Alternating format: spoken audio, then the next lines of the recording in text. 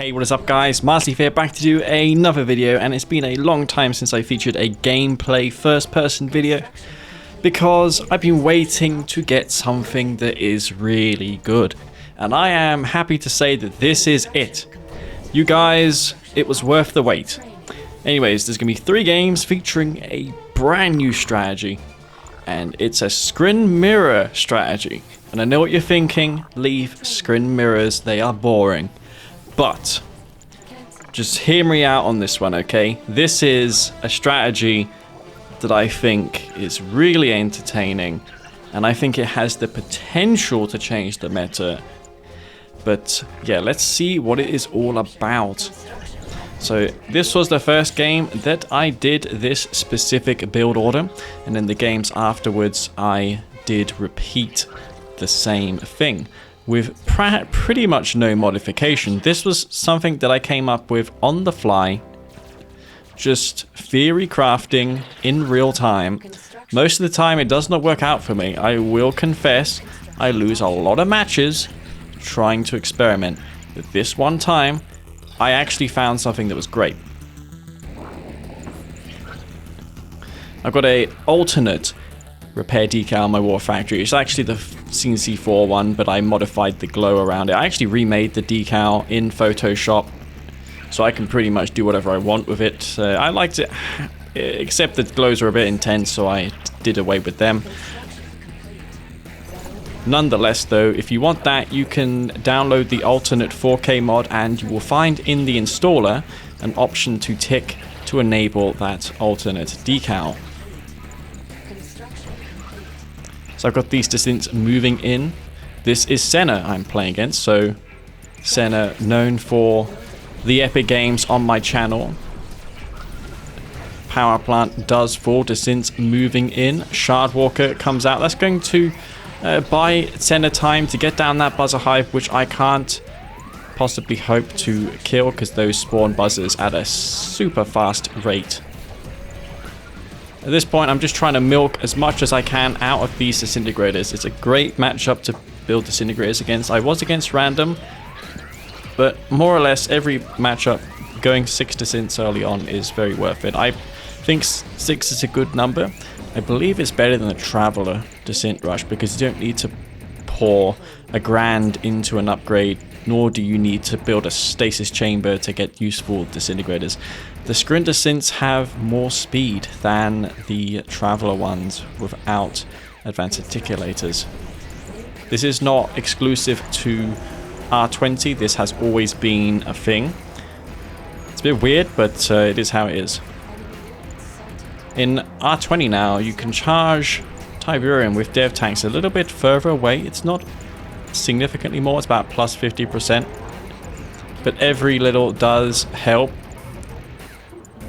Nor can you charge from Tiberium crystals that are being harvested by harvesters, which led to a bug where the Devourer tank just got no charge at all. So I'm going for 2 dev tanks, and here is the real kicker. I'm going for Corruptors and Ravagers behind my dev tanks. The 2 dev tanks are there to kill the Shardwalkers and to deal with units such as Corruptors. But the Ravagers also can target Corruptors and any Tiberium based units, and they don't need to be charged or full of Tiberium either.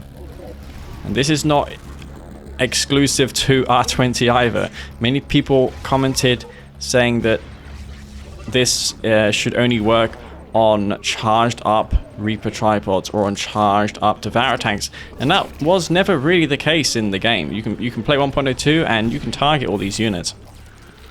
It just has to be a Tiberium based unit, and you can use that Ravager tip agitation, which does a lot of damage. I'm reserving that for the dev tanks, and these Corruptors I can use to kill disintegrators.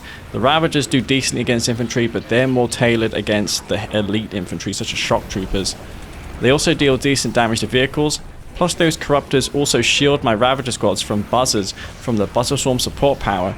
So all of this is synergizing together. The dev tanks will defend against the Shardwalkers. The Ravagers will kill the dev tank. If it doesn't kill the dev tank, I can one-shot the dev tank with my Ravagers and dev tanks. And with ample micro, I am doing a lot of damage here.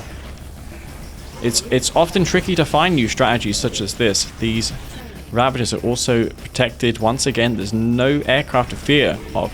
Even though I'm lacking anti-aircraft in this game, there's not much really to threaten my dev tanks. So I'm going to charge these ones up here. And Senna's trying to figure out a counter in real time to this brand new strategy. Dev tank gets annihilated there by the tib agitation, and now these corruptors, I can micro one to kill all the disintegrators. It is better than the flame tank at killing desynths. And these Ravagers are just killing the rest. Dev tanks ranking up to veteran. Photon cannons can also be destroyed by the corruptors, by the dev tanks, by all of these units. And now Senna is just left with Harvesters, which are being focused down. Shardwalker's being streamed in because he needs to build those to counter the Ravagers. Ravagers can kill Seekers as well because they deal gun damage. Seekers notoriously weak against that gun damage. And that is going to be game 1 of this 3-game series. Don't forget to watch all 3 because these games get pretty crazy. And that was the first game that I've executed that strategy. And I want to go on to the next one right away and show you that. Alright guys, and welcome to game number 2, which brings us to the beautiful new map made by Desolator Trooper. It is Toxicity, and it is once again going to be a Scrin mirror. This time Senna getting dealt Reaper 17. And one thing I failed to mention in that previous game was that Scrin, they have a bad time against Reaper 17. Why is that? Well, for one, Reaper 17 get free scan, which can detect units such as corruptors, such as dev tanks. I did add that to Ravagers as well, so you can use the Tiberium Vibration Scan to reveal Ravagers on the map, because Scrin factions were struggling against the Traveler Rush when that became a thing. But that can be an advantage for Reaper 17 because it is free for them, whereas Scrin have to pay $300. Furthermore, the Gunwalker of Reaper 17 is better. It is the Shardwalker. It's a little bit more expensive, but it does deal 30% more damage. Not only that, they also get cheaper shields for their Annihilator tripods, plus the ability to charge them up. And with an upgrade, they can increase the number of charged shots from 10 to 20. Same is true with the Devourer tank, but getting 20 shots off with a Devourer tank is tricky in the late game because everything at that point deals more damage. Dev tanks pretty weak, but with corruptors healing them, they can be much better. They can sustain units such as tripods better. Now, I was unaware once again that my opponent was a Scrin faction. This time it is Senna who is going for the Descent opening. And I am, unfortunately, going to lose both of my Tiberium spikes. I have a scout in the base there to see what's going on. Nothing really to fear in a Scrin sort of mirror such as this, aside from these descents. Both my spikes will be going down, and I was forced to spend resources on these Gunwalkers. And the little known fact is you can shoot whilst moving with Gunwalkers. As long as the target is directly in front of the Gunwalker, then it will shoot it whilst it is reverse moving. So you don't need to stay in a static position and trade with the descents. You can use them much like APCs with that reverse move. Again, that is a little known feature about the Gunwalker. It also is the same with the Shardwalker. So if you're Reaper 17, you can do the same thing. It does require a bit of micro, so you guys have to anticipate when to reverse move before it's too late, because against Traveler, you don't have much time. The descents move very quickly for the Traveler 59 faction. And now I'm going for those 2 dev tanks once again with Corruptors to follow up. I'm doing this on 6 Harvesters as well. I built a 6th Harv because in R20, Harvesters are fixed for the first time in Command & Conquer 3 and Kane draft history. And I believe with the risk of Harv bugging at refineries being 0, there is no reason not to have an additional Harvester on your Tiberium field, because the reason why 5 was recommended previously was due to the likelihood of the refineries getting jammed with harvesters. But now that is no longer the case. Everything is more efficient, and we no longer experience bugs. So I went with 6. Another advantage of 6 is I can send 1 to the blue Tiberium field, of which there are 1 on this map. But I want to focus my attention on the micro here. There's 2 dev tanks already out, and Sinner has already seen this push before. Plus he has an advantage in that he took out both of my Tiberium spikes. So he has a significant eco advantage, and he has 2 dev tanks as well. But the thing is, for him, he charged those dev tanks up, and these Ravagers will be able to sweep in and do some major damage. That dev tank is 1 shot away from death. It is a heavily damaged dev tank, so it will move slower compared to mine, which will allow mine to kill it. There's a Mecha coming in. I can target that head with the Devourer tanks. I'm healing the dev tanks in the process. Dev tank of his also gets targeted by the Ravager with the Tiberium Agitation ability, a very good ability against the Reaper 17 faction, because many units are affected by its power.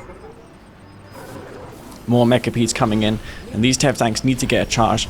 The advantage of charging dev tanks is not only do they do more damage, but the rate of fire is increased as well. And as mentioned in that previous game, these Corruptors will defend my Ravagers from the Buzzlestorm support power, which Senna can use. That would be a waste of income. A tripod comes out for him, well, it will come out in a moment. The Storm Column gets dropped, but the Corruptors, guess what they're good against? They're good against structures. Not only against infantry, but also against structures. Power plant getting taken out. These Ravagers are moving in. I stasised the technology assembler as well, just so no more tripods or Storm Columns could be built. And look how much damage is being inflicted on this Reaper tripod with just the regular attack of the Ravagers. And that tripod is no more for this world and will be taken out, as well as the Shardwalker. This combination of units are all synergizing with each other, and I was quite frankly amazed at how well that worked. Considering I was in a bad position, that actually worked out very well. So the key is 2 dev tanks, Corruptors, and then Ravagers for the rest of the match.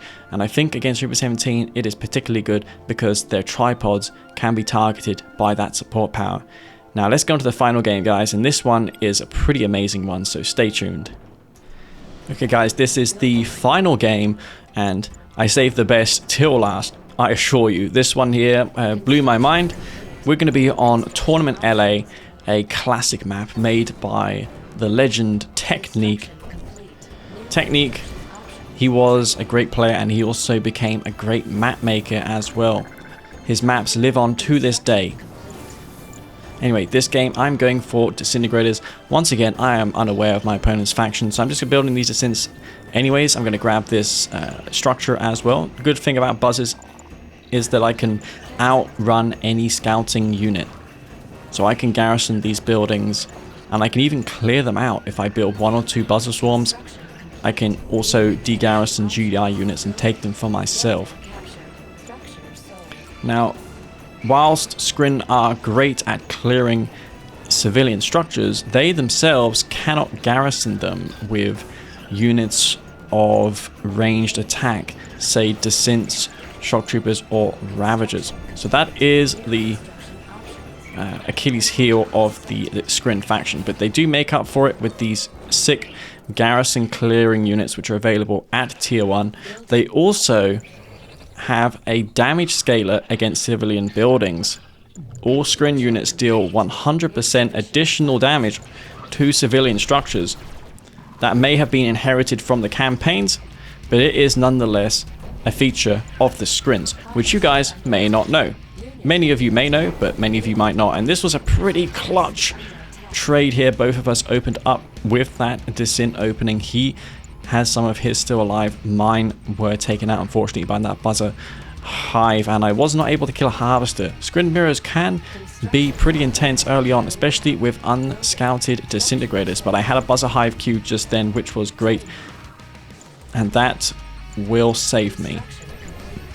Reaper Harvesters have more health than the Scrin ones do.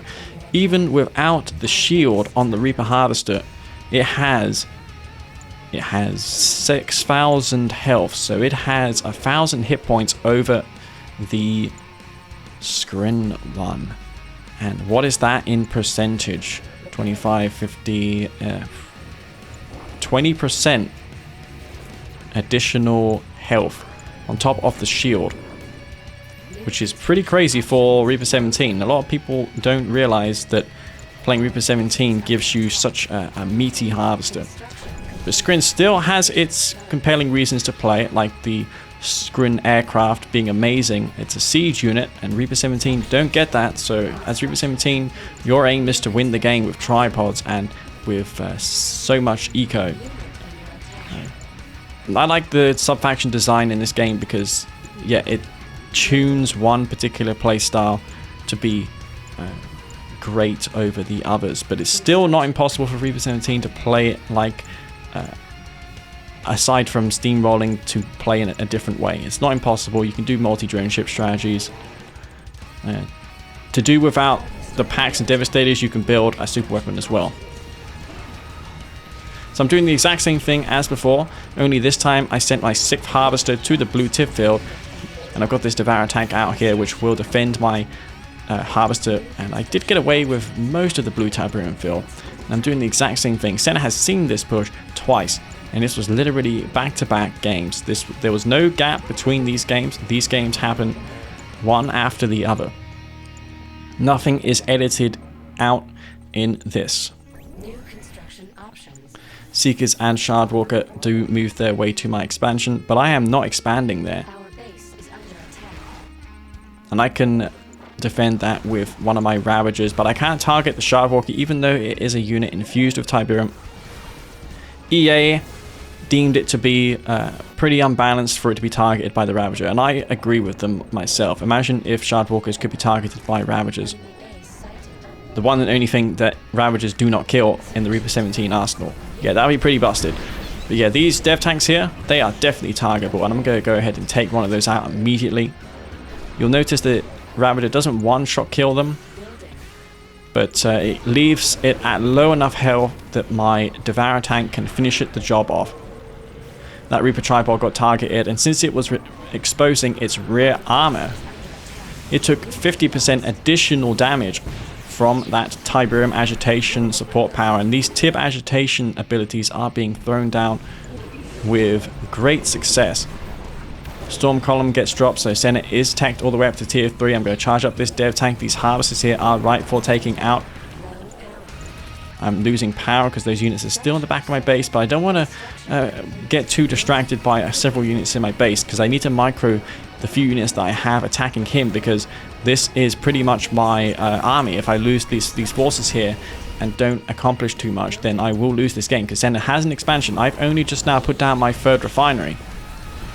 I'm going to focus down this storm column with my corruptors. These buzzers, as you can see from the buzzer hives, are not doing a whole lot. The corruptors are able to handle these buzzers with a little bit better micro. I could have saved a few more of those ascent squads. Micro is pretty key when you're doing a strategy like this. But you can see the way that it works. Once again, those units in the back there causing me problems. My Ravagers have almost been depleted in numbers, and I'm just wasting these charged dev tank shots on these buzzer hive buzzers, which is very annoying. There's not much I can do about that aside from put my dev tank on hold fire stance, which you can do. So at this point, Senna's got tech. He's also got double ref on his expansion. And you may be thinking, yeah, Leaf, it's looking not too good for you now, is it? This strategy does not work. But you will see in a few moments why I disagree with that analysis. So I've got one dev tank here, a lot of corruptors. A lot of these harvesters have a mind of their own. They want to go back to that other refinery, because I did assign, you can, if you tell your harvesters to go back to a specific refinery, they will remember that one refinery unless you reassign them to another one.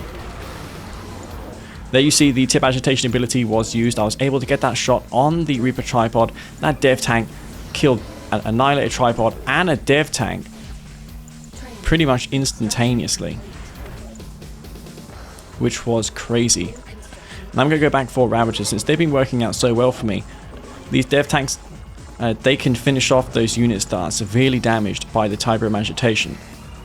Plus, my opponent now won't be spamming Gunwalkers. Instead, there'll be tripods being made to counter the Corruptors, to counter the Dev Tanks, which get countered by the Ravagers. So it's a game of rock, paper, scissors. And I'm going back for the Ravagers. It's just the perfect time to do so. I cast the Tiberium Vibration Scan, even though that cost resources for me as Scrin. I did get some valuable intel. It reveals a lot of information to me. And I'm heading towards this expansion because I need to try and deny that. I've got a veteran dev tank there, two dev tanks as well that have got ranks but are charged up with green Tiberium. And now these super tripods are out in force. The Ravagers will need to start using their Tiberium Agitation on them. One of them just gets killed straight up by the Devourer tanks. I'm healing the dev tanks up with these Corruptors. With the ability, I'm able to out-heal the damage of one Reaper tripod. And there you see I got a heroic dev tank that, because of these abilities severely damaging the Scrin units, my dev tanks have been able to finish them off with the final shot. So they're being rewarded with all the experience with these kills. And now I have a heroic dev tank with 5 Corruptors back there. And look at that beautiful heroic Devourer tank beam. And to be honest guys, without that, this push would be pretty over. But this is an alternate condition, getting a heroic dev tank, and it is certainly possible. You will have also noticed I haven't used my stasis shield, so if things get rough I can always use that as well on him. I could have used it earlier when I saw his technology assembler. If I had stasis that, it would have denied the production of tripods, and then he wouldn't have been able to get that tripod out to defend his base. But that Mecha Bead is being annoying in the back. This heroic dev tank just popping all these units. It has twice the fire rate. It has way more damage, health.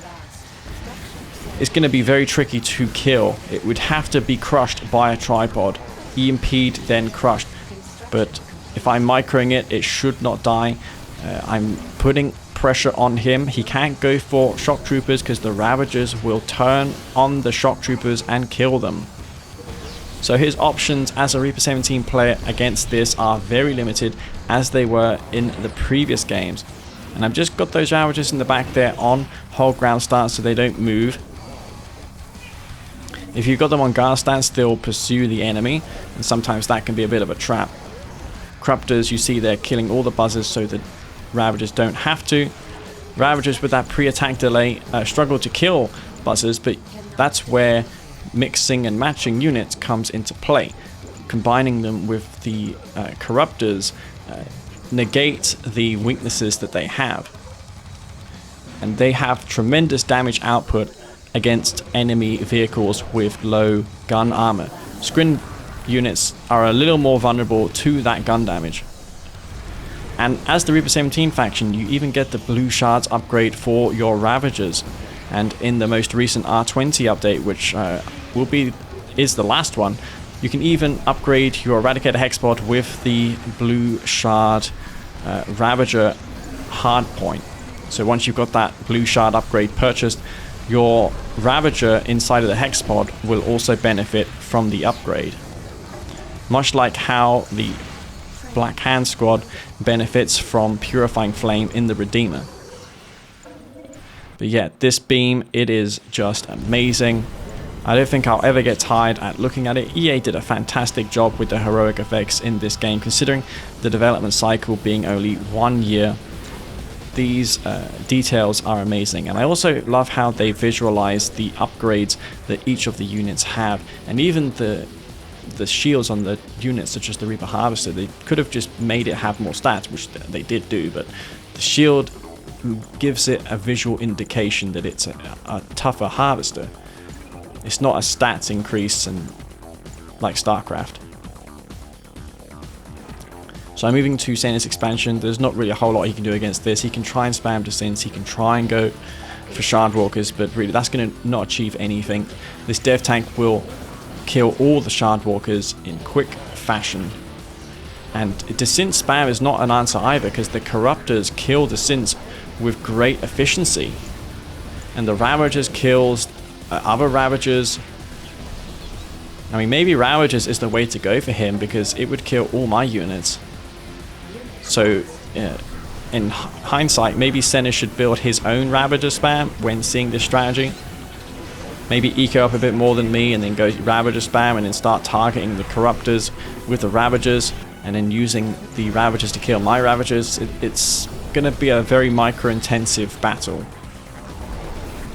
But yeah, this dev tank will finish off the remainder of his base, and that is going to be GG. The heroic dev tank, which is a very rare occurrence, won me that game there. And I hope you all enjoyed this strategy highlight, this brand new strategy that I'm revealing to you all in a Scrin mirror. You wouldn't expect something to be innovated in this matchup, but it was, and I think it was pretty awesome. Anyways guys, thank you very much for tuning in and watching this video. I much appreciate that, and thank you very much again to my patrons who have been supporting me for a long time. Without you guys, we wouldn't have the 4K mod and R20 and all these patches. I wouldn't have had the motivation, time, and I wouldn't have put all the effort in. So thank you again everyone for tuning in, and I will see you all in the next video. This is Master Leaf. Peace out.